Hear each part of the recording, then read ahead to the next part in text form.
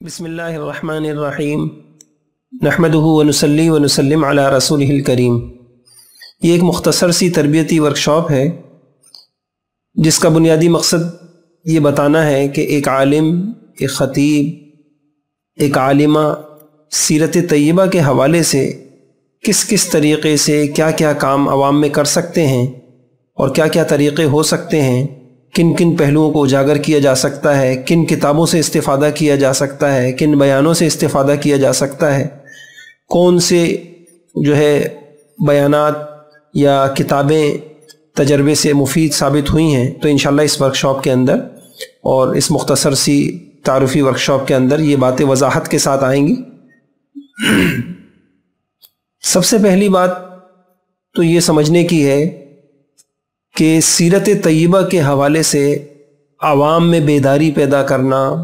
یہ کتنا ضروری ہے۔ تو سب جانتے ہیں کہ ایک مسلمان کا اپنا جاننا اتنا ضروری نہیں جتنا حضرت محمد صلی اللہ تعالیٰ علیہ وسلم کا جاننا ضروری ہے۔ جو شخص محمد صلی اللہ علیہ وسلم کو نہیں جانتا وہ اپنے ایمان اور اسلام کو کیسے جان سکتا ہے؟ النبی اولا بالمؤمنین من انفسہم، نبی مومنین کے، نبی کریم صلی اللہ علیہ وسلم مومنین کے حق میں ان کی جان سے بھی زیادہ قریب ہے۔ تو حضرت محمد صلی اللہ علیہ وسلم کا جاننا اور حضرت محمد صلی اللہ علیہ وسلم کی تعلیمات کا جاننا، حضرت محمد صلی اللہ علیہ وسلم کی سیرت کا جاننا، آپ کے حقوق کا جاننا، یہ ایک مسلمان کے لیے اپنے جاننے سے بھی زیادہ ضروری ہے۔ ایک باپ کے لیے اپنے حقوق اپنے اولاد کو بتانا اتنا ضروری نہیں ہے جتنا ضروری حضرت محمد صلی اللہ تعالیٰ علیہ وسلم کے حقوق کا بتانا ضروری۔ ایسے ہی ایک شوہر کے لیے اپنی بیوی کو اپنا حق بتانا، ایک مربی کا، ایک شیخ کا اپنے مریدین کو اپنا حق بتانا، ایک استاد کا اپنے شاگردوں کو بتانا، اپنے حقوق بتانا اور ان کی ادائیگی پر آمادہ کرنا یہ اتنا ضروری نہیں جتنا حضرت محمد صلی اللہ علیہ وسلم کا تعارف کرانا، آپ کی زندگی بتانا، اس زندگی سے ہمیں کیا سبق ملتے ہیں وہ سمجھانا، اور حضور صلی اللہ تعالیٰ علیہ وسلم کے خاص طور سے حقوق بتانا، ان حقوق کی ادائیگی پر آمادہ کرنا، اس کے طریقے بتانا، یہ اتنا ضروری اور اہم ترین کام ہے، اس سے زیادہ کوئی ضروری کام نہیں۔ تو اس حوالے سے بھی اگر دیکھا جائے تو سیرت طیبہ کے حوالے سے جن کو اللہ نے کچھ آگاہی دی ہے، جن کو علم دیا ہے، ان کی ذمہ داری بنتی ہے کہ وہ حضرت محمد صلی اللہ علیہ وسلم کا تعارف کرائیں۔ پھر دوسری بات یہ ہے کہ سیرت طیبہ کا پیغام بھی یہی ہے کہ حضرت محمد صلی اللہ علیہ وسلم کی تعلیمات کو، آپ کی زندگی کو عام کیا جائے۔ حضرت مولانا سید ابو الحسن علی ندوی رحمۃ اللہ علیہ نے سیرت کا پیغام یہ بیان کیا کہ حضرت نے فرمایا کہ آج جو دنیا کی دوڑ دھوپ ہے جس میں لوگوں نے کمانے ہی کو زندگی کا مقصد بنا لیا اور اپنے دیگر مشاغل کو ہی زندگی کا مقصد بنا لیا، تو حضرت نے اس طریقے سے سمجھایا کہ اگر آج کفار مکہ آ جائیں اور مسلمانوں کو یہ دیکھیں کہ انہوں نے زندگی کے مقاصد کیا بنائے ہوئے، صبح ہوتی ہے دکانیں کھلتی ہیں، فیکٹریاں کھلتی ہیں، یہی سوچا جا رہا ہے، یہی بولا جا رہا ہے، جھگڑے بھی اسی کے لیے ہیں، اگر وہ کفار مکہ آ جائیں اور وہ یہ سوال کریں کہ بھائی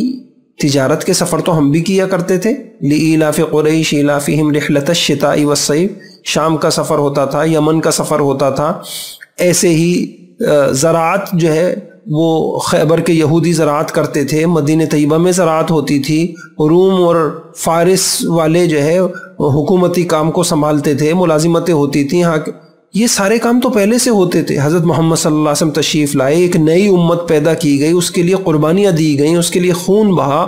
بدر میں کتنا خون بہا، احد میں کتنا خون بہا، اسی طریقے سے ساری جنگوں کے اندر کتنا خون بہا، یہ سارا کیا اسی کے لیے تھا؟ بڑی اچھی بات انہوں نے فرمائی، انہوں نے کہا کہ اگر آج کفار مکہ آ جائیں اور آ کر مسلمانوں سے یہ سوال کریں ہم جیسی زندگی گزارتا ہوا تم کو دیکھ رہے ہیں، یہ ساری پیشکش تو ہم نے حضرت محمد صلی اللہ علیہ وسلم کو بغیر خون کے ایک قطرہ بہائے پیش کی تھی کہ آپ کو مال چاہیے، آپ کو حکومت چاہیے، آپ کو جو چاہیے وہ ہم آپ کو دینے کے لیے تیار ہیں۔ تو حضرت محمد صلی اللہ تعالیٰ علیہ وسلم کو تو بغیر خون بہائے یہ ہم نے پیشکش کی تھی، تو پھر اتنا خون کیوں بہا؟ تو حضرت نے فرمایا کہ آج بڑے سے بڑا وکیل بھی پھر وہ ان کی ہم میں سے ان کی اس بات کا جواب نہیں دے سکتا، ان کو قائل نہیں کر سکتا۔ تو ایک بات ہے، مسلمان کے جینے کا پھر مقصد کیا ہے؟ مسلمان کے جینے کا مقصد تو یہی ہے کہ حضرت محمد صلی اللہ علیہ وسلم کا لایا ہوا پیغام، آپ کی لائی ہوئی زندگی، آپ کی تعلیمات زندگی کے ہر شعبے میں، دنیا کے ہر شعبے میں عام ہو جائیں، آپ کی سنتیں عام ہو جائیں۔ فرمائے مسلمان کا یہ کام ہے، اس کے لیے اپنی جان بھی لگائے، اپنا مال بھی لگائے، اپنی صلاحیتیں بھی لگائیں اور اس کو زندگی کا مقصد بنائیں۔ مسلمان کے دو ہی مقصد ہیں، یا تو حضرت محمد صلی اللہ علیہ وسلم کی سیرت طیبہ، آپ کے لائے ہوئے پیغام کو، آپ کی سنتوں کی احیاء کے لیے اپنی جانیں مالیں صلاحیتیں لگا رہا ہو، یا پھر جان مال صلاحیتیں لگانے والوں کا معاون بن رہا ہو۔ اس کے علاوہ مسلمان کا کوئی تیسرا کام نہیں ہے۔ یہی مسلمان، کنتم خیر امت اخرجت للناس، اس مسلمان اسی کے لیے پیدا کیے گئے، یہی ان کی زندگی کا بنیادی مقصد تھا۔ اور تیسری بات یہ ہے کہ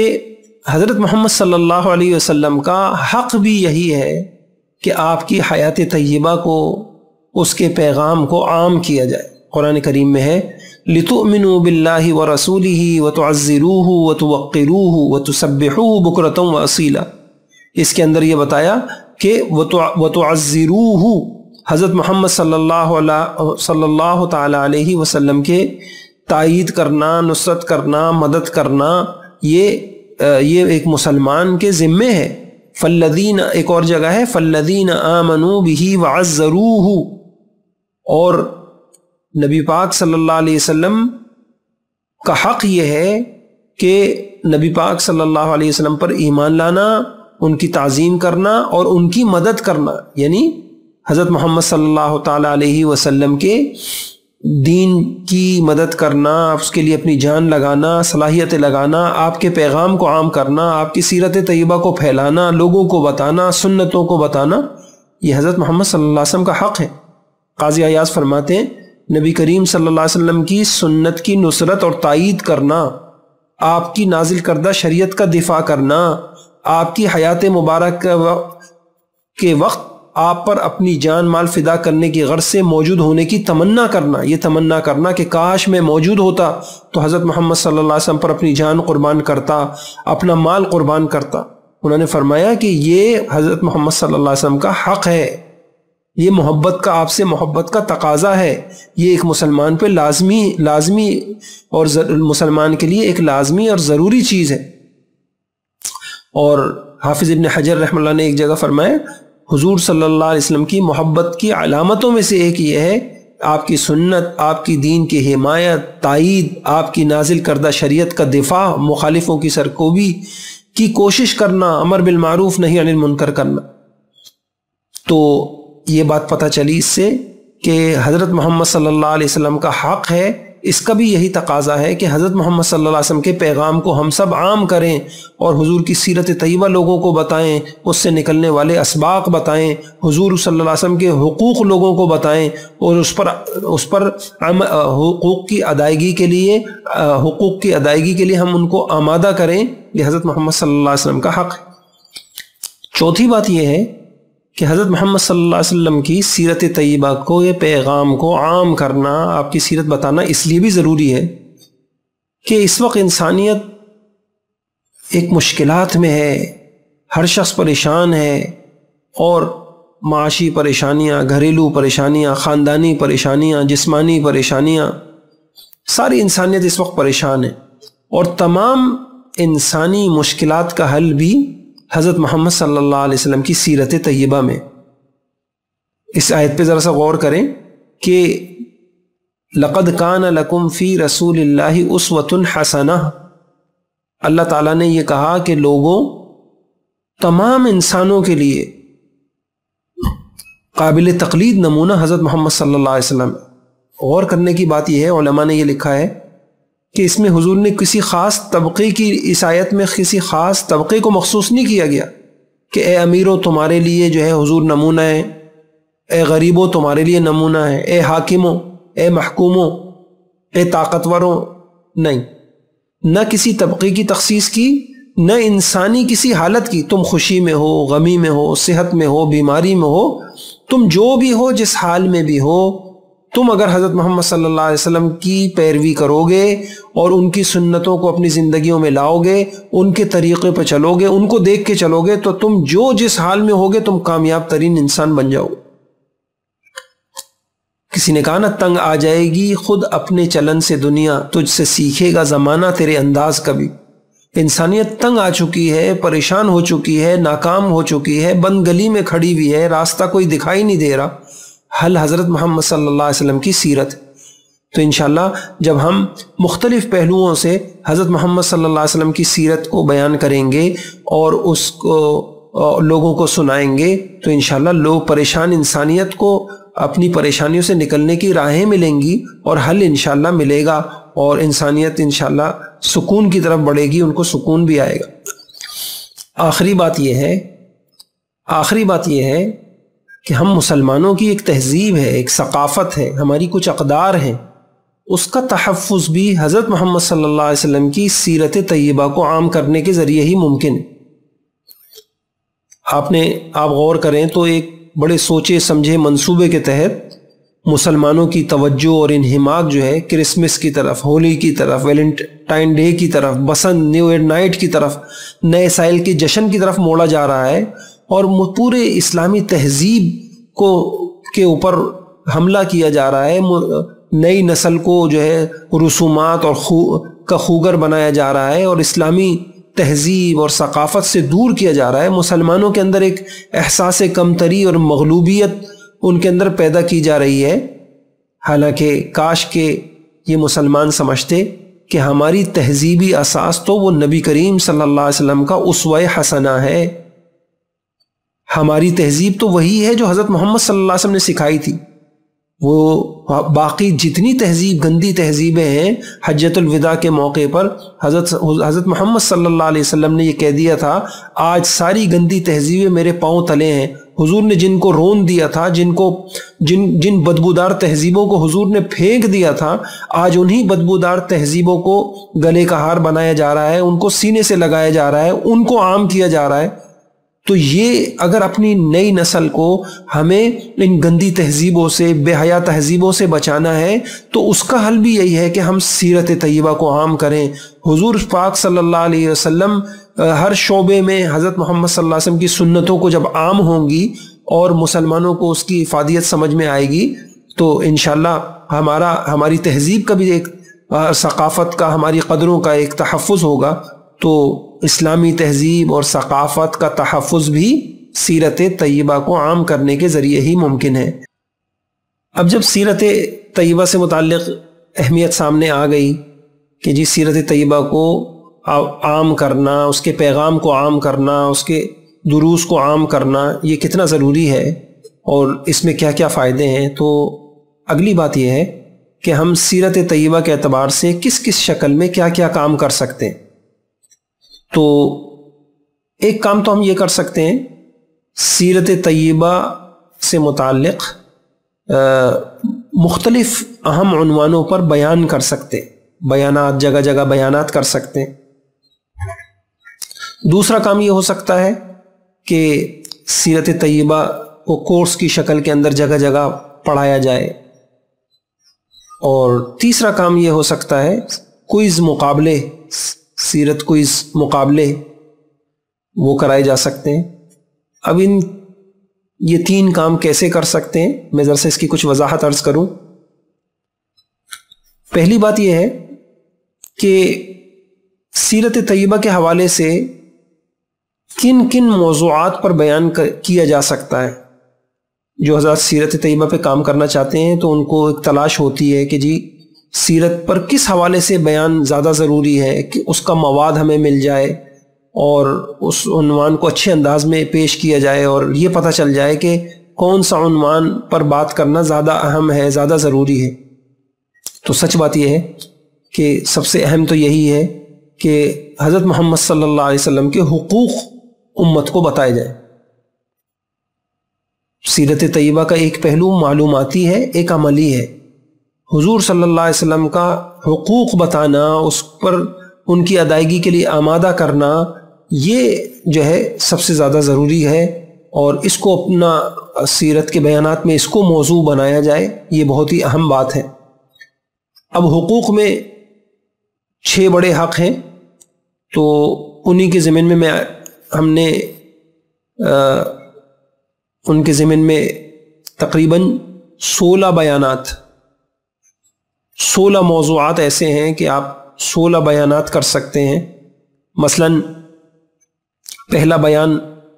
یہ کیا جا سکتا ہے کہ اس میں حضور صلی اللہ علیہ وسلم پر اور آپ کی ختم نبوت پر ایمان لانا یہ حضور کا حق ہے، اس کو کھولا جا سکتا ہے، یہ پورا ایک بیان ہے۔ دوسرا بیان، حضور صلی اللہ علیہ وسلم پر کثرت سے درود شریف پڑھنا، یہ آپ کا حق ہے۔ درود شریف کے فضائل، اس کے فوائد، اس کے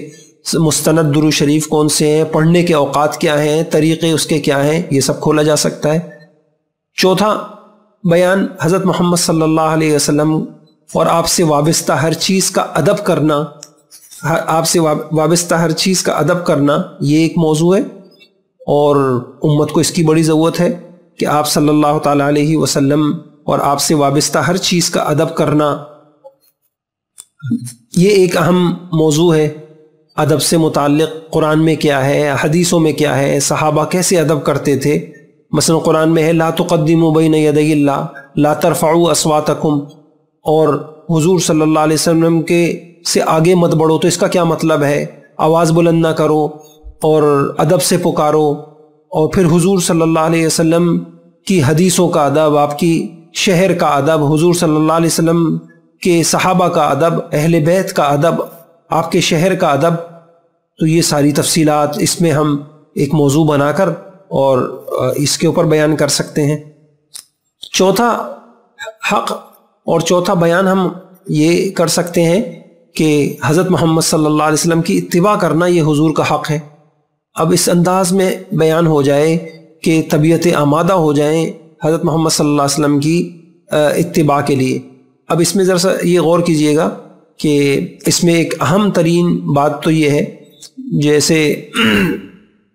اصل میں یہودی کہتے ہیں کہ سارے عالم کو حضرت محمد صلی اللہ علیہ وسلم کی، حضرت موسیٰ علیہ السلام کی اتباع کرنی چاہیے۔ عیسائیوں کا دعویٰ یہ ہے کہ ساری انسانیت کو عیسیٰ علیہ السلام کی اتباع کرنا چاہیے، اور مسلمانوں کا یہ ہے کہ حضرت محمد صلی اللہ علیہ وسلم کی اتباع کرنا چاہیے۔ اور جتنے مذہب والے ہیں ہر ایک اپنی پیشوا کی طرف دعوت دے رہا ہے۔ اب ہم ایک اس انداز سے سمجھائیں لوگوں کو کہ یہ بات سمجھ میں آ جائے کہ واقعی اتباع کے قابل حضرت محمد صلی اللہ علیہ وسلم کے علاوہ کوئی ہستی نہیں۔ اور اس میں جو اہم ترین بات ہے کہ اس کو ہم کئی بیانات کا موضوع بنا سکتے ہیں، کہ ایک بات یہ ہے کہ ایک ہستی جس کو ساری دنیا کے لیے آئیڈیل بنایا جائے، تو لازمی بات ہے کہ اس کے اندر کوئی کوالٹی، کوئی صفات، امتیازی صفات ہونی چاہیے۔ تو وہ امتیازی صفات کیا ہونی چاہیے؟ تو یوں سمجھایا جا سکتا ہے کہ بھائی اگر انسان تو مختلف طبقات میں ہیں، مختلف ہیں، مرد بھی ہیں، عورتیں بھی ہیں، حاکم بھی ہیں، محکوم بھی ہیں، قاضی بھی ہیں، مفتی بھی ہیں، امام بھی ہیں، شوہر بھی ہیں، باپ بھی ہیں، اور اسی طریقے سے کوئی صحت مند بھی ہے، کوئی بیمار بھی ہے، کوئی خوش بھی ہے، کوئی غم بھی ہے۔ اب آپ یہ کہہ رہے ہیں کہ سارے کے سارے لوگ کسی ایک کو فالو کریں، کسی ایک کی پیروی کریں، کسی ایک کی اتباع کریں، تو اس کے اندر کیا معیار ہونا چاہیے؟ تو ہم ایک موضوع یہ بنا لیں کہ بھئی سب سے پہلی بات تو یہ ہونی چاہیے کہ جس کی طرف ہم اتباع کی دعوت دے رہے ہیں اس کی زندگی مستند طریقے سے ہم تک پہنچنی چاہیے۔ اب اس معیار پر ہم پرکھتے ہیں سارے مذہبی پیشواؤں کو، ساری دنیا کے جو مذاہب ہیں ان کے جو پیشوا ہیں، اور حضرت محمد صلی اللہ علیہ وسلم کو دیکھتے ہیں۔ تو اگر ہم اس جہت سے غور کرتے ہیں تو سوائے حضرت محمد صلی اللہ علیہ وسلم کے ہمیں کوئی ہستی ایسی پوری دنیا میں کسی مذہب والوں کے پاس نہیں ملتی جن کی زندگی مستند طریقے سے ہم تک پہنچی ہو۔ عیسائی یہ تو کہہ رہے ہیں کہ عیسیٰ علیہ السلام کی اتباع کرو، لیکن آپ ثابت تو کریں کہ حضرت عیسیٰ علیہ السلام جو بات جس آپ فرما رہے ہیں یہ حضرت عیسیٰ علیہ السلام نے کہی تھی۔ تو ہم انشاءاللہ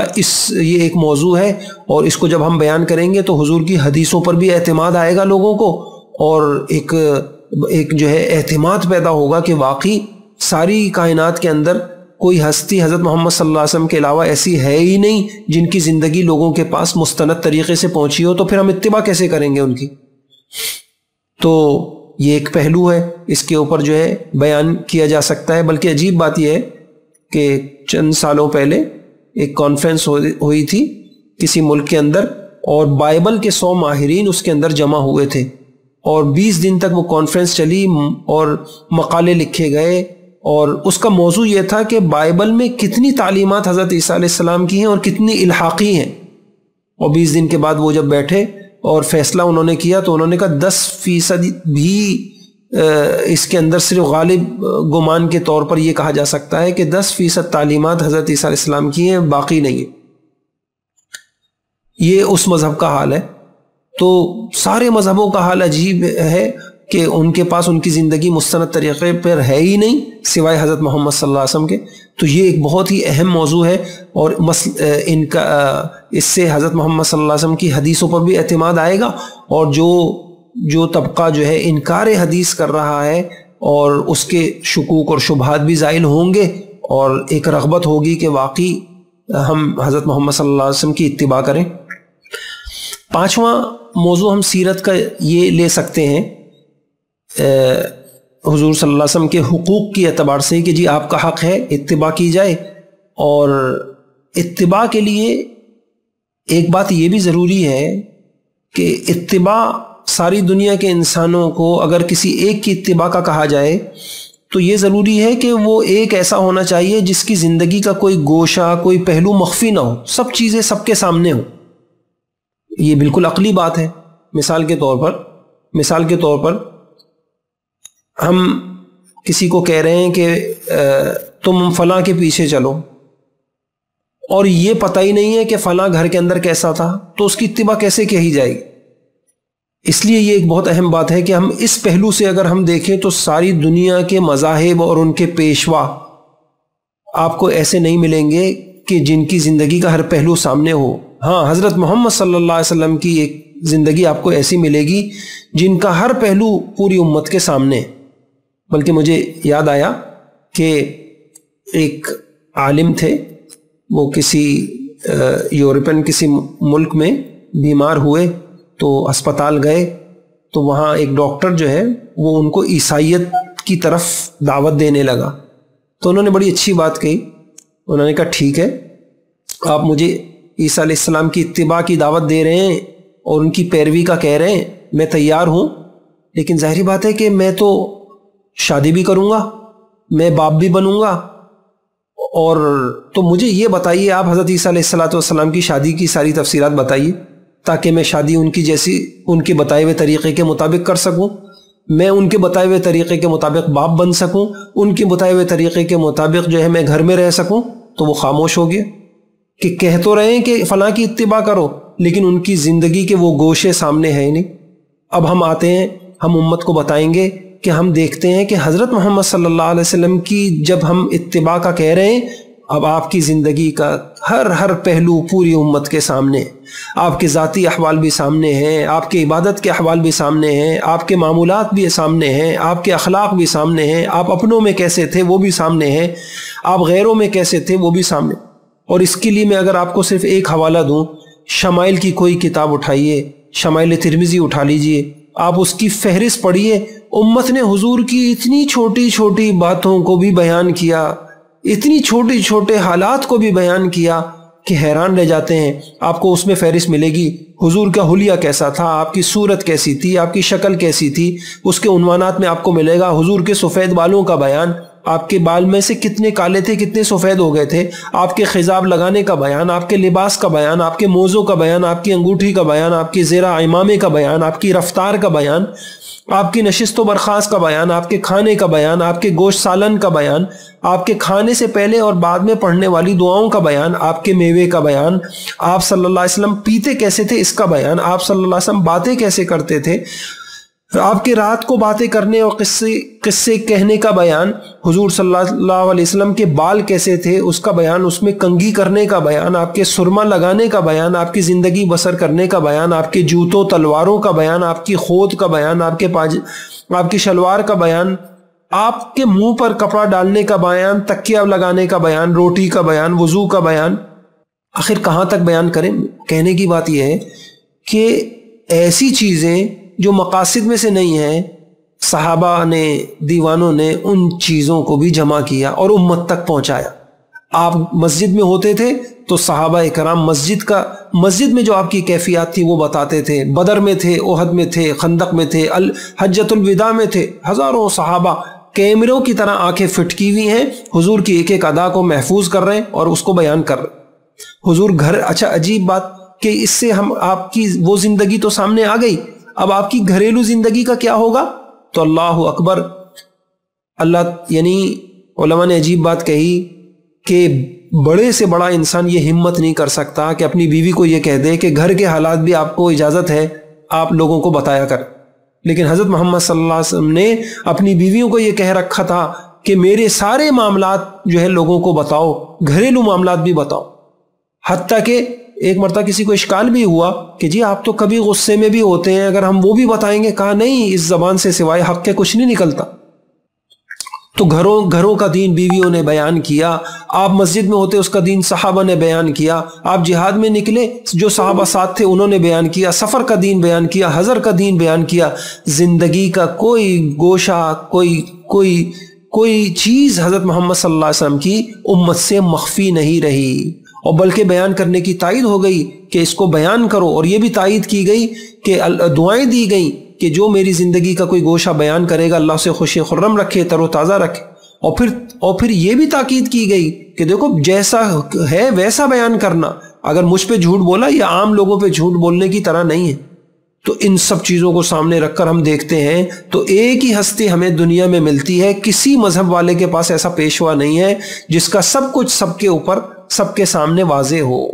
اس جہت سے ہم لوگوں کو بتائیں کہ ہم کتنے خوش قسمت ہیں کہ ہم جس چیز میں حضور کی اتباع کرنا چاہیں حدیثوں کی کتابوں میں وہ سنت موجود ہے۔ کمانا کیسے ہے، خرچ کیسے کرنا ہے، شادی کیسے کرنی ہے، خوشی میں کیسے، غموں میں کیسے، ہر چیز ہمارے سامنے ہے۔ تو یہ ایک بہت اہم موضوع ہے، اس موضوع کو ہم بیان کریں، اور اس موضوع کو بیان کرنے کا مقصد یہ ہے کہ ہم حضور صلی اللہ علیہ وسلم کے حق اتباع کے اوپر لوگوں کو لے کے آئیں۔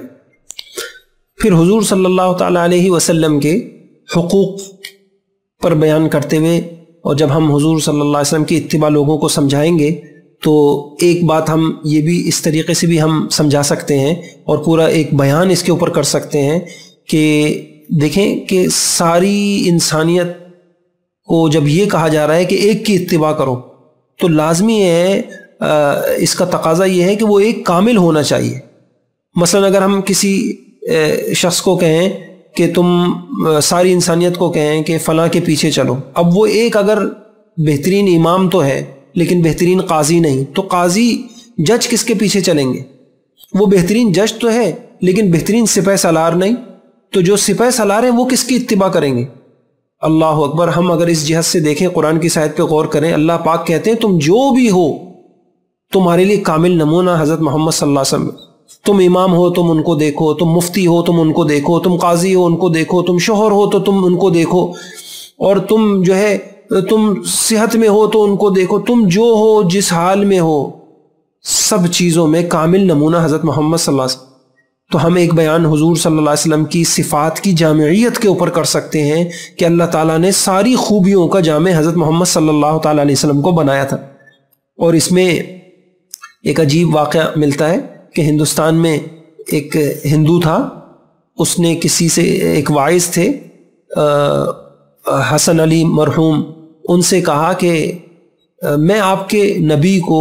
سب سے دنیا کا کامل انسان مانتا ہوں۔ تو وہ حیران ہوئے کہ یہ ہندو ایک بات کہہ رہا ہے، تو انہوں نے کہا اچھا عیسیٰ علیہ السلام کو آپ کیا سمجھتے ہیں؟ تو اس ہندو کے الفاظ یہ تھے کہ محمد صلی اللہ علیہ وسلم کے مقابلے میں عیسیٰ علیہ السلام کو میں ایسا محسوس کرتا ہوں جیسے کسی بہت ہی دانائے روزگار کے سامنے ایک بھولا بھالا بچہ بیٹھا ہوا میٹھی میٹھی باتیں کر رہا ہوں۔ تو ان کو حیران ہوئی کہ یہ اتنا پڑھا لکھا ہندو ہے اور اس نے جب یہ بات کر رہا ہے تو کس بنیاد پہ کر رہا ہے؟ تو انہوں نے اس سے پوچھا کہ تم ہمارے پیغمبر کو محمد صلی اللہ علیہ وسلم کو دنیا کا کامل ترین انسان کیوں سمجھتے ہو؟ تو جو اس نے بات کہی آپ اس کو سنیں، کتنی عجیب بات کہی۔ اس نے کہا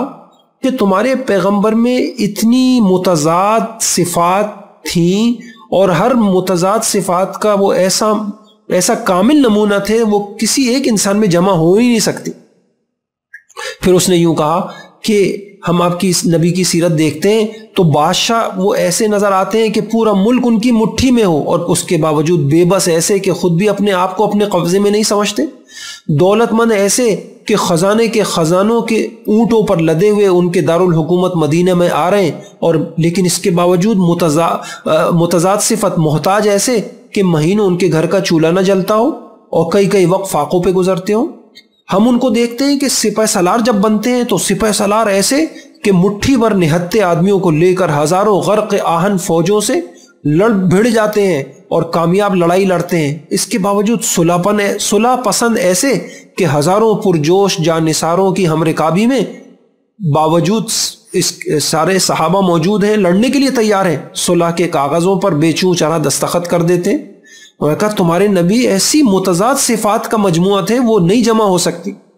پھر اس ہندو نے کہا کہ شجاع اور بہادر تمہارے نبی ایسے کہ ہزاروں کے مقابلے میں تنہا کھڑے ہوں، اور نرم دل ایسے کہ کبھی انہوں نے کسی انسانی خون کا ایک قطرہ بھی اپنے ہاتھ سے نہیں بہایا۔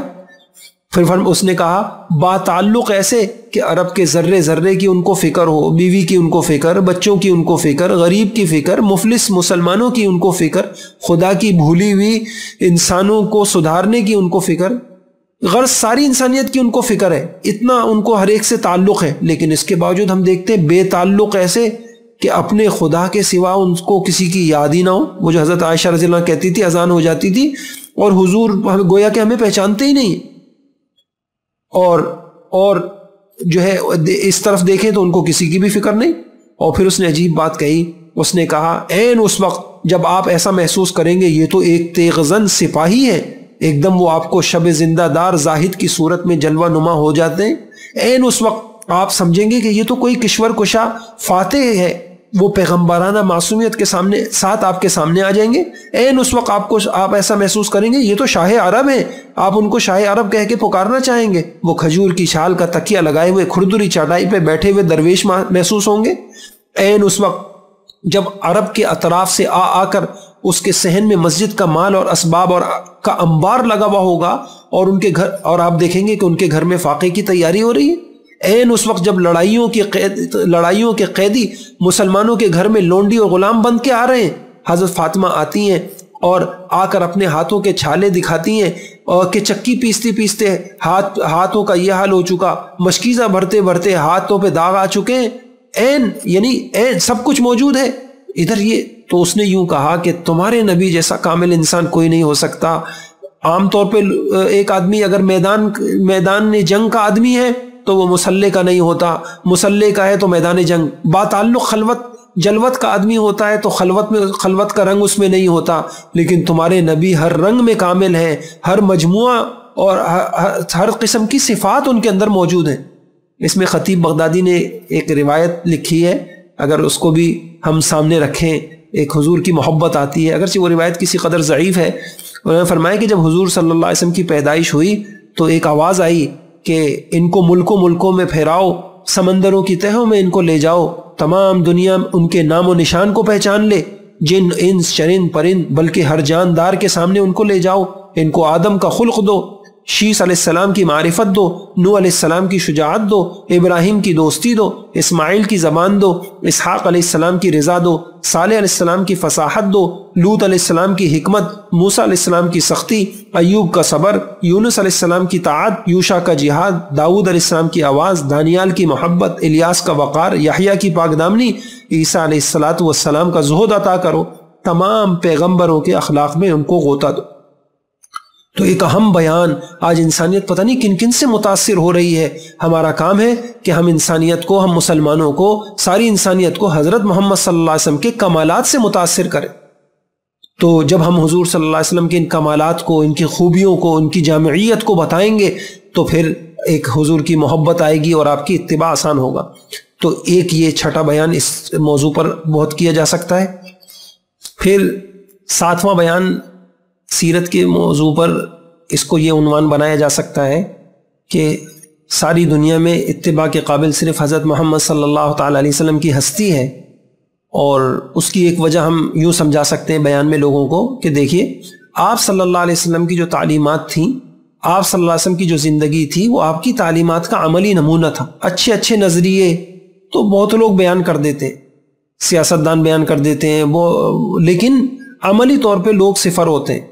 لیکن جب ہم حضرت محمد صلی اللہ علیہ وسلم کی وہ دیکھتے ہیں تو جو آپ نے بیان کیا آپ نے اس سے زیادہ عمل کیا۔ آپ نے اگر لوگوں کو نماز کا بیان کیا کہ لوگوں نماز پڑھنی چاہیے تو خود اتنی نمازیں پڑھیں کہ آپ کے اتنا کھڑے ہوتے، اتنی نمازیں پڑھیں کہ آپ کے پیر پر ورم آ جاتے۔ آپ نے لوگوں کو اگر روزے کا بیان کیا تو خود کتنے روزے، لوگوں کو صرف روزوں کا بیان کیا تو ان کے اوپر صرف رمضان کے روزے فرض تھے۔ حضرت محمد صلی اللہ علیہ وسلم پورے شعبان میں اکثر روزہ رکھتے، اور ایام 20، 13، 14، 15 تاریخ کو روزہ رکھتے چاند کی، اور پیر جمعرات کا روزہ رکھتے، اور شوال کے 6 روزے رکھتے۔ کتنے روزے آپ رکھتے۔ آپ نے لوگوں کو زکوٰۃ کا کہا تو خود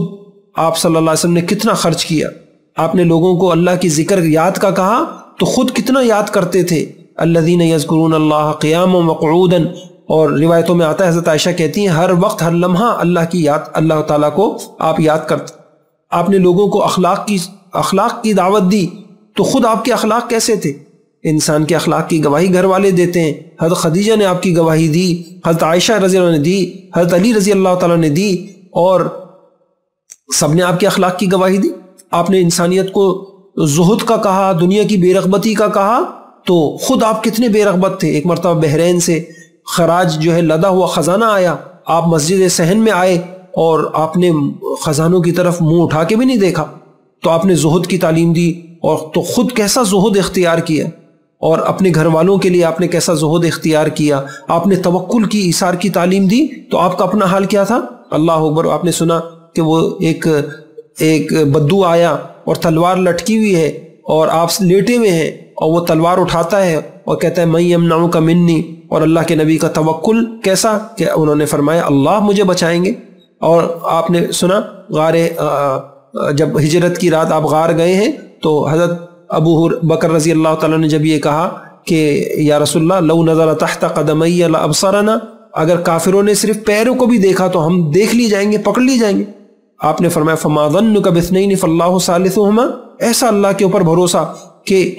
جب توکل کی تعلیم دی توکل کر کے دکھایا، اخلاق کی تعلیم دی اخلاق کر کے دکھایا۔ تو حضرت محمد صلی اللہ علیہ وسلم کی اس جہت سے بھی ہم لوگوں کو حضور کے حق بتائیں کہ آپ کے حق اتباع ہے۔ اتباع کے لیے ضروری ہے کہ اس بندے کی اتباع کی جائے جس کی تعلیم جو اپنی تعلیمات پر خود عمل بھی کرتا ہو، اور اس جہت سے ہم دیکھتے ہیں تو حضرت محمد صلی اللہ علیہ وسلم کے علاوہ دنیا میں کوئی ہستی ہمیں نظر نہیں آتی۔ پھر سیرت کے حوالے سے ایک اہم بیان ہم حضور صلی اللہ علیہ وسلم کی، یہ تو عقلی وجوہات تھیں اب تک جو بتائیں، ایک ہم قرآن و حدیث سے ہم لوگوں کو اتباع کی برکات بیان کر سکتے ہیں، اتباع کی اہمیت بتا سکتے ہیں، اور حضور صلی اللہ علیہ وسلم کی اتباع نہ کرنے کے نقصانات ان کو سمجھا سکتے ہیں، اور قرآن و حدیث میں یہ ساری چیزیں موجود بھی ہیں، اور آگے میں انشاءاللہ بتاؤں گا بھی کہ کہاں سے یہ سارے بیانات آپ کر سکتے ہیں۔ سیرت کے حوالے سے ایک نواں بیان یہ بھی کیا جا سکتا ہے کہ حضور صلی اللہ تعالیٰ علیہ وسلم کی محبت، حضور صلی اللہ علیہ وسلم سے محبت کرنا، اور قرآن و حدیث میں حکم ہے کہ حضور صلی اللہ علیہ وسلم سے محبت کی جائے، اور اس محبت کے بہت سارے ثمرات بیان کیے گئے ہیں قرآن و حدیث میں، اور اس محبت کی عقلی وجوہات بھی ہیں کہ حضرت محمد صلی اللہ علیہ وسلم سے محبت کیوں کرنی ضروری ہے۔ کوئی بھی کسی سے محبت کرتا ہے تو ایک وجہ اس کی کمالات ہوتے ہیں، اس کی خوبیاں ہوتی ہیں، اس کی صفات ہوتی ہیں، اس کی قابلیت ہوتی ہے۔ اب اگر ہم اس جہت سے دیکھیں تو اس بیان کے اندر ہم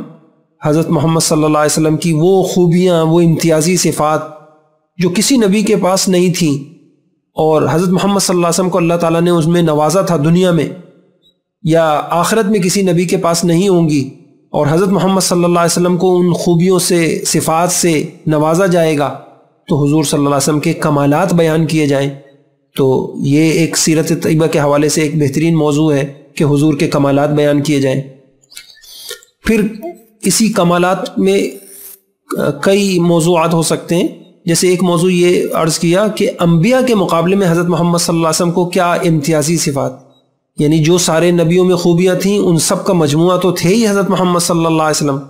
اور ایسی بھی خوبیاں اللہ کے نبی میں تھیں جو کسی نبی کے پاس نہیں تھیں، اور قیامت میں بھی ایسی خوبیاں ہوں گی۔ تو جس طریقے سے یہ بیان کیا جا سکتا ہے، تو ایسی ایک موضوع یہ بھی ہم لے سکتے ہیں، پورا ایک بیان اس پہ ہو سکتا ہے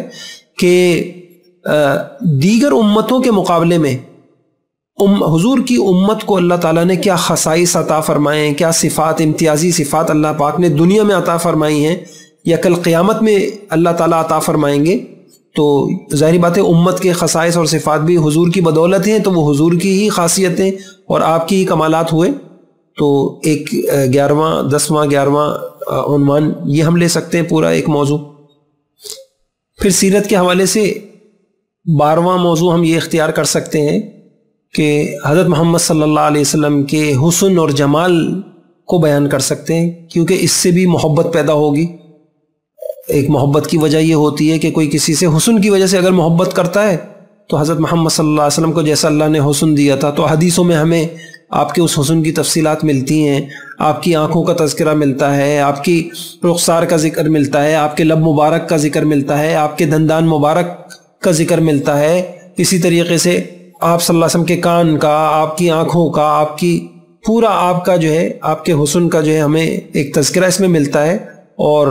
اس کے اوپر جو ہے واقعات بھی ہیں صحابہ کے حضور صلی اللہ علیہ وسلم سے محبت کرنے کے جو واقعات ہیں، کیسے اللہ کے نبی سے صحابہ محبت کرتے تھے۔ تو حضور صلی اللہ علیہ وسلم کا حسن، اور اس حسن کی وجہ سے آپ کا حق یہ ہے کہ ہم آپ سے محبت کریں، اور صحابہ کیسے حضور سے محبت کرتے تھے، اس کو ایک موضوع لے سکتے ہیں ہم۔ سیرت کے حوالے سے 13واں بیان ہم یہ کر سکتے ہیں، اور علماء نے اس کو بیان کیا ہے کہ پوری انسانیت پر، مسلم ہوں یا کافر ہوں، ساری دنیا، ساری انسانیت پر حضور صلی اللہ علیہ وسلم کے 6 بڑے احسانات ہیں۔ ایک وحدت رب کہ دنیا کس کس چوکھٹوں پر پیشانی ٹیکتی تھی اور کس پتھر کے آگے، کسی مورتی کے آگے جھکتی تھی، حضرت محمد صلی اللہ علیہ وسلم نے سب کو توحید کا سبق پڑھایا اور ساری چوکھٹوں سے چھڑا کر ایک ہی چوکھٹ پہ لا کے کھڑا کر دیا۔ یہ حضور کا کتنا بڑا انسانیت پر احسان ہے۔ اور دوسرا احسان حضور صلی اللہ علیہ وسلم کا وحدت اب ہے۔ کیا مطلب؟ کہ لوگ کنبوں میں، قبیلوں میں بٹے ہوئے تھے اور اس کی وجہ سے جنگیں ہوتی تھیں، لڑائیاں ہوتی تھیں۔ اللہ کے نبی نے کتنا بڑا احسان کیا کہ بتایا کہ بھئی یہ صرف تعارف کے لیے کنبے قبیلے ہیں، تم سب ایک باپ کی اولاد ہو، آدم تمہارے والد تھے، تم کوئی بھی ہو، کسی رنگ کے ہو، تم سب ایک ہو۔ یہ زبان کا اختلاف یہ لڑنے کے لیے نہیں ہے، لسانیت کے لیے نہیں ہے، جھگڑوں کے لیے نہیں ہے۔ تو حضور صلی اللہ علیہ وسلم نے سب کو جو ہے بھائی بھائی قرار دے دیا، سب انسانوں کو۔ تو یہ آپ کا ایک احسان ہے۔ اور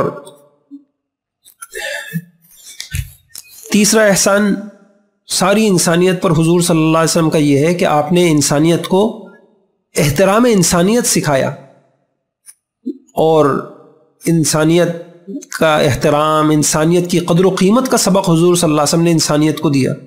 جس زمانے میں حضور صلی اللہ علیہ وسلم تشریف لائے، اس زمانے میں انسان سے ذلیل کوئی چیز نہیں تھی۔ بعض حیوانات کو مقدس شمار کرتے تھے، بعض درختوں کی تعظیم اور تکریم کرتے تھے، مٹی اور پتھروں سے بنائے ہوئے بتوں کی تعظیم کی جاتی تھی، لیکن انسان کی کوئی قدر و قیمت نہیں تھی۔ مقدس حیوانوں، درختوں، بتوں پر انسانوں کے خون اور گوشت کے چڑھاوے چڑھائے جاتے تھے، انسان کا خون بے دریغ بہایا جاتا تھا۔ حضرت محمد صلی اللہ علیہ وسلم تشریف لائے اور دلوں میں یہ نقش بٹھا دیا کہ دیکھو کائنات کی سب سے قیمتی چیز تو وہ انسان ہے، انسان مسجود ملائکہ ہے، انسان اشرف المخلوقات ہے، انسان اللہ کا خلیفہ ہے۔ اور اللہ کے نبی نے تو یہاں تک بتایا کہ بہرحال انسان کو افضل مخلوق بتایا۔ تو یہ احترام انسانیت، یہ حضور کا کتنا بڑا سبق ہے، کتنا بڑا احسان ہے کہ انسانیت کو اللہ کے نبی نے یہ بات سمجھائی۔ پھر ہم اسی میں چوتھا احسان حضرت محمد صلی اللہ علیہ وسلم کا انسانیت پر یہ ہے کہ حضور سے پہلے انسانیت ایک مایوسی اور احساس کمتری کا شکار تھی، اور ایک انسانوں پر ایک مایوسی کی کیفیت چھائی ہوئی تھی۔ حضور نے اس کیفیت کو دور کیا اور فطری صلاحیتوں پر اعتماد بحال کیا۔ وہ یعنی آپ دیکھیں کہ عیسیٰ علیہ السلام کی عیسائیت کی تعلیم یہ تھی کہ ہر انسان پیدائشی گناہگار ہے، اور حضرت نعوذ باللہ حضرت مسیح علیہ السلام ان کا کفارہ ہے۔ تو کئی ایسے مذہب ہیں جن میں انسان کو ایک گھٹیا چیز بتایا جا رہا تھا اور ایک ایسا احساس دلایا جا رہا تھا کہ جیسے انسان گناہگار ہے، اس کی پکڑ ہوگی۔ حضرت محمد صلی اللہ علیہ وسلم نے یہ احساس دلایا، مایوسی کا احساس ختم کیا، اور آپ نے یہ احساس دلایا کہ بھائی گناہگاروں سے نفرت نہیں کرتے، اور معافی تلافی اور اس کی افضلیت، توبہ، اس کی اہمیت ایسی بیان کی کہ ایک مایوسی کی جو کیفیت تھی وہ ختم کر دی۔ پانچواں احسان ساری انسانیت پر حضور صلی اللہ علیہ وسلم کا یہ ہے کہ آپ نے دین و دنیا کی وحدت کا ایک تصور پیش کیا۔ یعنی لوگوں نے تو یہ ذہن بنا رکھا تھا کہ ساری انسانیت کو دو حصوں میں تقسیم کر دیا تھا کہ جی کچھ دیندار ہیں تو کچھ دنیا دار، اور سارے زندگی کو جو ہے دو حصوں میں تقسیم کر دیا تھا۔ ایک کا نام دین تھا تو دوسرے کا نام دنیا، ایک کلیسا میں دین تھا تو قصر شاہی میں دنیا تھی، گرجا میں دین تھا تو منڈی بازاروں میں دنیا تھی۔ تو اللہ کے نبی نے یہ تصور ختم کیا کہ بھئی یہ دین اور دنیا کوئی الگ چیز نہیں ہے، کہ اصل چیز تو انسان کی نیت ہے۔ دین کے کام کو بدنیتی سے کیا جائے تو وہی دنیا ہے، اور دنیا کے کام کو اچھی نیت سے کیا جائے وہی دین ہے۔ اور یہ اللہ کے نبی نے یہ احسان بتایا۔ حضور صلی اللہ تعالی علیہ وسلم کا چھٹا احسان ساری انسانیت پر یہ ہے کہ حضور نے انسانوں کو حقیقی مقصد زندگی سے باخبر کیا۔ آج عجیب بات ہے، سورج کیوں ہے، چاند کیوں ہیں، ستارے کیوں ہیں، یہ سب تو پتہ ہے، انسانیت کو یہ نہیں پتہ تھا کہ ہم خود کیوں ہیں۔ حضور صلی اللہ علیہ وسلم انسانیت کو اس کی اصل منزل بتائی، اس کے پیدائش کا مقصد بتایا۔ لوگوں نے چھوٹی چھوٹی چیزوں کو انسانوں نے اپنی زندگی کا مقصد بنایا تھا۔ کوئی کسی کے لیے جیتا تو کوئی روٹی کے لیے، کوئی زن کے لیے، کوئی زر کے لیے جیتا تھا۔ حضرت محمد صلی اللہ علیہ وسلم نے بتایا کہ نہیں جی، زندگی کا مقصد یہ نہیں ہے، بڑا مقصد تو اللہ کو راضی کرنا ہے، اللہ ہی مطلوب مقصود ہے، اور آخرت آئے گی، حساب کتاب ہوگا۔ تو ایک انسان کو حقیقی زندگی سے باخبر کیا۔ تو یہ 6 احسانات ہیں حضرت محمد صلی اللہ علیہ وسلم کے انسانیت کے اوپر، ان کو بیان کیا جا سکتا ہے۔ سیرت کے حوالے سے 14واں بیان آپ یہ کر سکتے ہیں کہ حضور صلی اللہ تعالیٰ علیہ وسلم سے جو محبت کا حکم ہے، تو اس محبت کا مفہوم کیا ہے، اور سچی محبت کو پہچاننے کی 6 علامات علماء نے ذکر کی ہیں۔ تو ہم عوام کو یہ ایک بیان ہو پورا، علامات بتائیں تاکہ ان علامات کے ذریعے سے یہ پتہ چلے کہ سچی محبت کیا ہوتی ہے۔ آیا ہم کو حضور صلی اللہ علیہ وسلم سے سچی محبت ہے یا نہیں، صرف دعویٰ تو نہیں ہے۔ تو ان علامات کو بتایا جائے، پھر ان علامات کے ضمن میں جو صحابہ کے واقعات بتائے جائیں کہ مثلا ایک علامت ہے کہ حضور کی دیدار ملاقات کی شدید خواہش ہونا، تو صحابہ کی اس میں کیا کیفیت تھی۔ اور اسی طریقے سے جو ایک علامت ہے کہ حضور صلی اللہ علیہ وسلم کی عزت، ناموس، آپ کے دین کی حفاظت، نصرت، دفاع کے لیے انسان ہر وقت اپنی جان، مال، صلاحیتوں کو قربان کے لیے مستعد رہے۔ اس میں دیکھیں یہ ہے اصل سچی علامت، اور اس میں صحابہ کرام کیسے نمونہ تھے اور کیسے وہ ہر وقت تیار رہا کرتے تھے۔ تو جو صحیح علامات ہیں ان کو بتایا جائے تاکہ یہ محبت کا مفہوم بھی لوگوں کو سمجھ میں آئے۔ پھر سیرت کے حوالے سے ایک 15واں موضوع ہم یہ لے سکتے ہیں کہ حضور صلی اللہ علیہ وسلم سے محبت کیسے پیدا ہو جائے، اس کے کیا کیا طریقے ہیں، اور کتابوں میں وہ لکھے ہیں، میں انشاءاللہ آگے حوالہ بھی دوں گا۔ تو 6 طریقے بنیادی لکھے ہیں علماء نے کہ اگر ان طریقوں سے ہم محنت کریں تو ہمارے اندر محبت پیدا ہو جائے گی۔ اور اظہار محبت کا صحیح طریقہ کیا ہے، اور عوامی رائج طریقہ کیا ہے، غلط طریقہ کیا ہے، بنیادی اصول اس کے کیا ہیں، محبت کرنے کا، ہمیں جیسے محبت کرنے کا طریقہ حضور نے کیا سکھایا ہے، اصول اس کے کیا ہیں۔ تو وہ اصول اور ضابطے بیان کیے جائیں تاکہ آج معاشرے کے اندر جو اظہار محبت کے غلط طریقے رائج ہو گئے ہیں اور لوگ جو ہے اس طریقے سے سمجھ رہے ہیں کہ ہمیں حضور سے محبت ہے اور وہ طریقے اپنا رہے ہیں، اور بجائے حضور کے قرب سے اور جو ہے دوری ہو رہی ہے، سنت کے بجائے بدعت میں شامل ہو رہے ہیں۔ تو یہ ایک بہت اہم موضوع ہے کہ ہم لوگوں کو اظہار محبت کرنے کے صحیح اصول بتائیں، صحیح طریقے بتائیں، اس کی اہمیت اجاگر کریں، اس کے فوائد بتائیں۔ اور حضرت محمد صلی اللہ علیہ وسلم آج ہوتے تو پھر آج یہی ہمیں سمجھاتے کہ بھئی یہ طریقے جن سے تم مجھ سے محبت کا اظہار کر رہے ہو یہ غلط ہیں۔ یہ ایک اہم موضوع ہے۔ سیرت کے حوالے سے 16واں اہم موضوع جو حقوق کے ضمن میں ہم یہ بیان کر سکتے ہیں کہ جی حضور صلی اللہ علیہ وسلم کا حق بنتا ہے کہ آپ کے لائے ہوئے دین کو، آپ کے پیغام کو عام کیا جائے، اس کی مدد و نصرت کی جائے۔ تو اس کی اہمیت بتانا کہ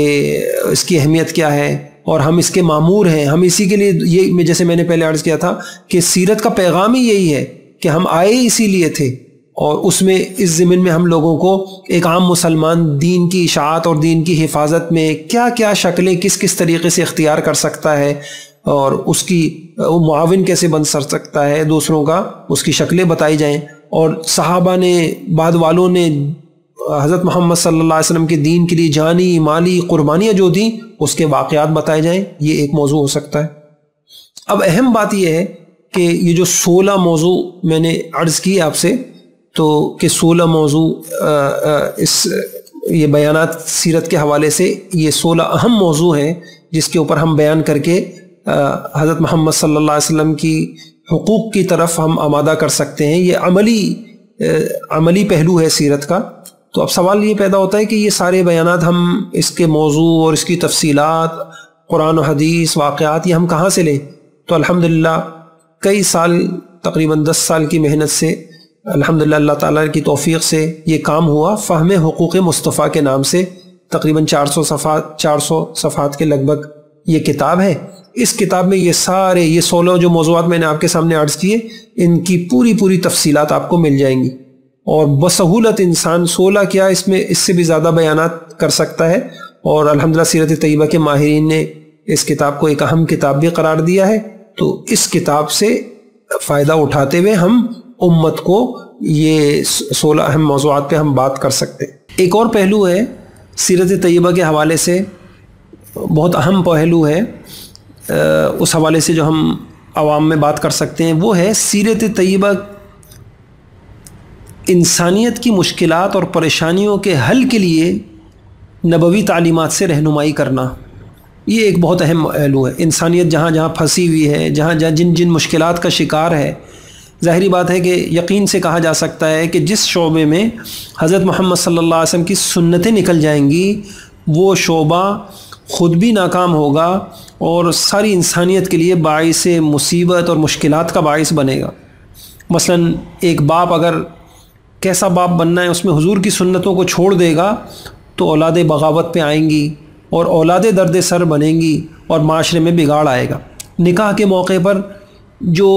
اگر سنتیں چھوڑ دی جائیں گی تو معاشرے میں وہ فساد آئے گا، جیسے حدیث میں کہا فساد عریض، ایسا فساد ہوگا، ایسی مشکلات کا سامنا ہوگا کہ دنیا تنگ آ جائے گی۔ تو یہ ایک بہت اہم پہلو ہے، اور لوگ چاہتے بھی ہیں کہ ہمیں دینی طبقے کی طرف سے کوئی ہماری مشکلات کا حل نکلے، کوئی ہماری پریشانیاں دور ہو جائیں۔ وظیفے کرنا، عاملوں کے پاس جانا، یہ سارے تقدو اسی لیے لوگ کر رہے ہیں۔ لیکن اگر ہم لوگ یہ کریں کہ ہم یہ بتائیں کہ سب مشکلات کا حل اتباع سنت میں ہے، اور حضرت محمد صلی اللہ علیہ وسلم نے ان ساری مشکلات کا حل بتایا ہے، اور ہم اس میں تیاری کریں۔ میں چند موضوع عرض کرتا ہوں، مثلا ازدواجی زندگی کی پریشانیاں اور نبوی تعلیمات۔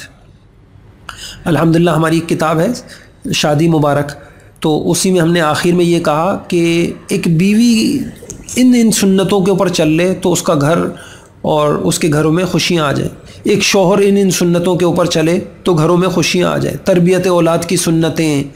اور تربیت، جیسے ایک عنوان ہے تربیت اولاد، مشکلات اور نبوی تعلیمات، یہ عنوان بنا کر اور پھر ہم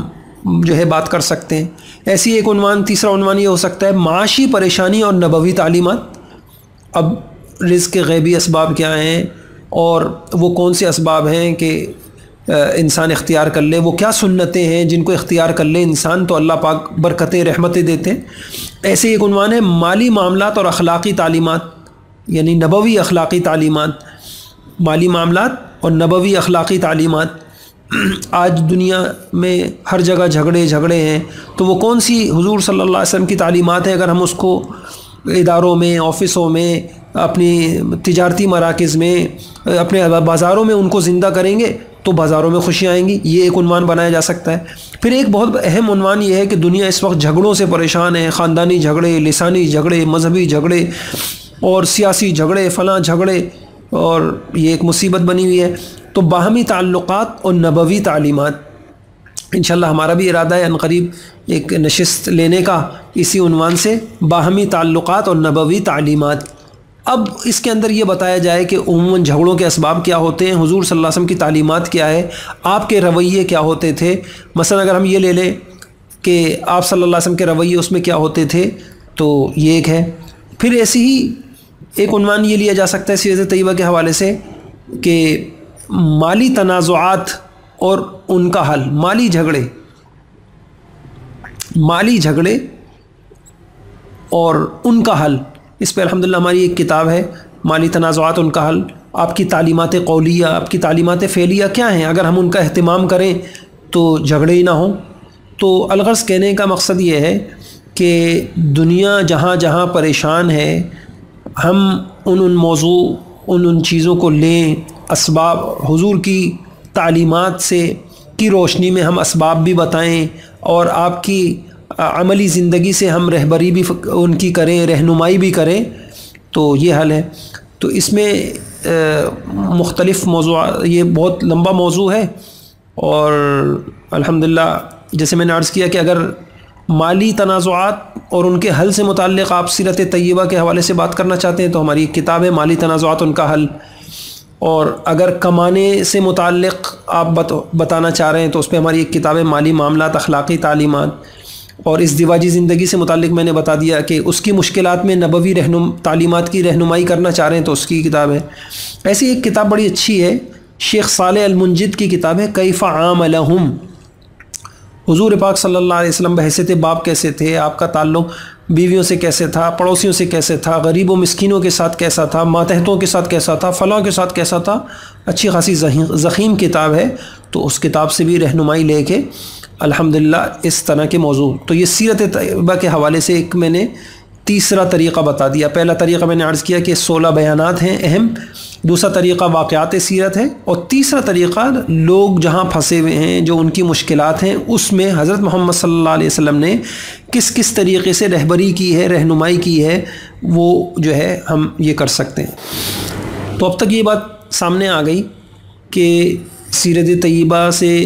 کے حوالے سے ہم کن کن موضوعات پر بات کر سکتے ہیں، کس طریقے سے عوام کو ہم آگاہی دے سکتے ہیں، عوام میں شعور پیدا کر سکتے ہیں۔ اب اگلی بات یہ ہے کہ کیا پڑھانا ہے، وہ تو سامنے آ گیا، اب کن کو پڑھائیں ہم؟ تو آسان طریقہ یہ ہے کہ جو حضرات اور خواتین شعبہ تعلیم سے منسلک ہیں تو اپنے اپنے حلقے میں، چاہے وہ مکاتب قرآنیہ ہوں، چاہے وہ اسکول ہوں، کوچنگ سینٹر ہوں، کوئی تعلیمی ادارے ہوں، تو اپنے اپنے تعلیمی اداروں میں ربیع الاول کی مناسبت سے سیرت طیبہ کی ان موضوعات کے لیے وقت نکالیں۔ آپ مکتب میں پڑھاتی ہیں، آپ کسی مکتب میں پڑھاتے ہیں، تو ان دنوں میں بچوں کو کسی موضوع کو لے کر بات شروع کر دیں، واقعات شروع کر دیں اس طریقے کی۔ تو یہ کن کن کو پڑھانا ہے، اور اس کے علاوہ ظاہری بات ہے کہ جتنا پھیلاؤ ہو جائے، امام ہے اپنے مقتدیوں کو سکھائے، اہل محلہ کو سکھائے، اور جو ہے کیسے پڑھائیں، تو آف لائن بھی پڑھا سکتے ہیں، آن لائن بھی پڑھا سکتے ہیں، اور مجمع کو جمع کر کے پڑھا سکتے ہیں، جیسے بھی پڑھائیں۔ اس میں ایک سوال تھوڑا سا یہ ذہن میں آتا ہے کہ کتنے دن پڑھائیں، کس وقت پڑھائیں، اور کیا تقسیم ہو، ہم کو اسباق کی تقسیم کیا ہو۔ تو اس کے حوالے سے سیرت طیبہ کے حوالے سے ماشاءاللہ مختلف لوگ جو کام کر رہے ہیں، تو کوئی 6 نشستوں میں کرا رہا ہے پورے واقعات سیرت کو، کوئی 8 نشستوں میں کرا رہا ہے، کوئی کم و بیش میں کرا رہا ہے۔ تو اپنے اپنے حساب سے آپ دیکھ سکتے ہیں، سیرت طیبہ کے حوالے سے جو لوگ کرا رہے ہیں تو ان کے اشتہارات سے جو ہے آپ کو کچھ اس میں سہولت مل جائے گی کہ بھئی انہوں نے کیا اوقات رکھے ہیں اور کتنے دن رکھے ہیں۔ پہلے درس کے اندر انہوں نے مثلاً ایک اشتہار میرے سامنے ہے، اس میں پہلی نشست انہوں نے بروز اتوار رکھی ہے، اور صبح 11 سے 1 بجے تک کا وقت رکھا ہے۔ پہلی نشست میں اسلام سے پہلے عرب کے حالات تا واقعہ معراج تک رکھا ہے۔ دوسری نشست میں انہوں نے مدینہ منورہ سے اسلام کی ابتدا تا غزوہ احد تک رکھا ہے۔ تیسری نشست میں واقعہ بیر معونہ تا صلح حدیبیہ رکھا ہے۔ چوتھی نشست میں سلاطین کے نام خطوط تا فتح مکہ رکھا ہے۔ 5ویں نشست میں غزوہ حنین تا فرضیت حج رکھا ہے۔ اور چھٹی نشست میں حجۃ الوداع، سانحہ وفات، شمائل اور خاندان نبوت، یہ ان کی ایک تقسیم ہے۔ اس طرح مختلف حضرات نے اپنی اپنی سہولت کے اعتبار سے مختلف جو ہے تقسیمیں کی ہیں۔ اوقات میں بھی آپ اپنی سہولت دیکھ لیں کہ مجمع آپ کے علاقے میں کس وقت زیادہ آ سکتا ہے، اور اسی طریقے سے جو ہے یہ 6 روزہ رکھنا چاہیں، 8 روزہ رکھنا چاہیں، یہ مختلف تقسیمات ہیں جو اشتہارات کے ذریعے سے آپ کو پتہ چل سکتی ہیں۔ سیرت کے حوالے سے کام کرنے کے اعتبار سے میں نے عرض کیا تھا کہ ایک شکل تو بیانات کی ہے، پھر اس میں سوال پیدا ہوتا تھا کہ کیا کیا بیانات کریں، کیا کیا موضوعات اختیار کریں، مواد کہاں سے لائیں، وہ میں نے آپ سے سامنے عرض کر دیا۔ ایک طریقہ تدریس کا انداز بھی ہے کہ مجمع آپ کے پاس آیا اور وہ باقاعدہ، یا آپ کے اپنے طلباء ہیں، مکتب کے طلباء ہوں، اسکول کے طلباء ہوں، آپ ان کو کوئی کتاب جیسے درسی کوئی کتاب ہوتی ہے اس کے طور پہ پڑھانا چاہتے ہیں، تو ماشاءاللہ علماء نے اس پہ بھی کام کیا ہے۔ سیرت النبی کورس، جیسے میں نے عرض کیا مصطفیٰ عزیز صاحب ہیں، ان کی ایک کتاب ہے، الطاف الرحمن عباسی صاحب کی کتاب ہے، یہ 2 کتابیں ایسی ہیں جو تدریس کے طور پر پڑھائی جا سکتی ہیں۔ اور یہ جو مصطفیٰ عزیز صاحب کی کتاب ہے، اس میں تو ماشاءاللہ مشقیں بھی ہیں اور جو ہے سوالات بھی ہیں تاکہ بات محفوظ ہو سکے، تو یہ کام بھی کیا جا سکتا ہے، اس طریقے سے بھی پڑھایا جا سکتا ہے۔ سیرت طیبہ کے حوالے سے ایک اور تیسرا طرز ہے، وہ ہے سیرت کوئز۔ ہم یعنی ایک طریقہ کار یہ ہے کہ بیانات میں ہم حضور کی سیرت بیان کریں، دوسرا طریقہ ہے تدریس کا انداز اختیار کریں، پڑھائیں، تیسرا ایک طریقہ ہے سیرت کوئز مقابلے کریں اپنے حلقے میں، اور ماشاءاللہ کئی حضرات اس کو کر رہے ہیں۔ کچھ حضرات جو ہے ملکی سطح پہ کر رہے ہیں، کچھ شہر کی سطح پہ کر رہے ہیں، کچھ اپنے اپنے اداروں میں کر رہے ہیں، اور اس کی افادیت یہ ہے کہ عام طور پہ آپ دیکھتے ہیں ربیع الاول میں اسکولوں وغیرہ میں کوئی سیرت طیبہ پہ تقریریں کروا لی، بہت مفید ہے، یا نعتیں پڑھوا لی، لیکن اگر ہم تھوڑا سا اس جہت کو بھی دیکھیں کہ ہمارے جو بچے ہیں ان کو حضور صلی اللہ علیہ وسلم کی سیرت، آپ کی زندگی محفوظ ہو جائے ان کے سینوں میں، تو اس کا ایک اچھا طریقہ، اور وہ سیرت طیبہ کے مطالعے کی طرف جائیں اور کتابیں ان کو معلوم ہوں، مواد ان کے علم میں ہو، تو اس کا ایک اچھا طریقہ یہ ہوتا ہے کہ ہم بچوں میں کوئز مقابلے کروائیں۔ تو اس پہ کوئز مقابلے رکھے جا سکتے ہیں، یہ بھی ایک طریقہ کار ہے کام کرنے کا، آف لائن بھی ہو سکتا ہے، آن لائن بھی ہو سکتا ہے۔ اور جو ہے میں نے عرض کیا آپ کو کہ اگر صرف اپنے ہی آپ کسی تعلیم سے ادارے میں منسلک ہیں، مدرسہ ہو، مکتب ہو، اسکول ہو، کوئی جو ہے کوچنگ سینٹر ہو، اس میں بچوں کو آپ رکھ لیں، مقابلہ رکھ لیں، کچھ دن دے دیں کہ یہ کتاب یاد کر لو اور اس میں مقابلہ ہوگا، انعام ہوں گے، یہ ایک طریقہ ہے۔ اس میں ایک کتاب ہے سیرت کوئز MIS فاؤنڈیشن والوں کی، اس میں سوال جواب دیے ہوئے ہیں، وہ بچوں کو ایک کتاب دے دی اور دن بتا دیا۔ یا ایک ہماری کتاب ہے سیرت کوئز لیول 1، پہلے لیول کی کتاب ہے، اور اکابر نے اس کے اوپر بڑا اعتماد بھی کیا الحمدللہ، تو یہ کتاب بچوں کو دی جا سکتی ہے۔ اور الحمدللہ ہمارے یہاں کئی جگہ اسکولوں کے اندر، مکاتب کے اندر، مدرسوں کے اندر اس سے مقابلے ہو بھی رہے ہیں بچوں کے، اس کا اہتمام کیا جا سکتا ہے۔ اور ایک طریقہ یہ بھی ہو سکتا ہے، جیسے ابھی ہم نے قریب میں ایک اشتہار پڑھا، ایک ادارے والوں نے سیرت مصطفیٰ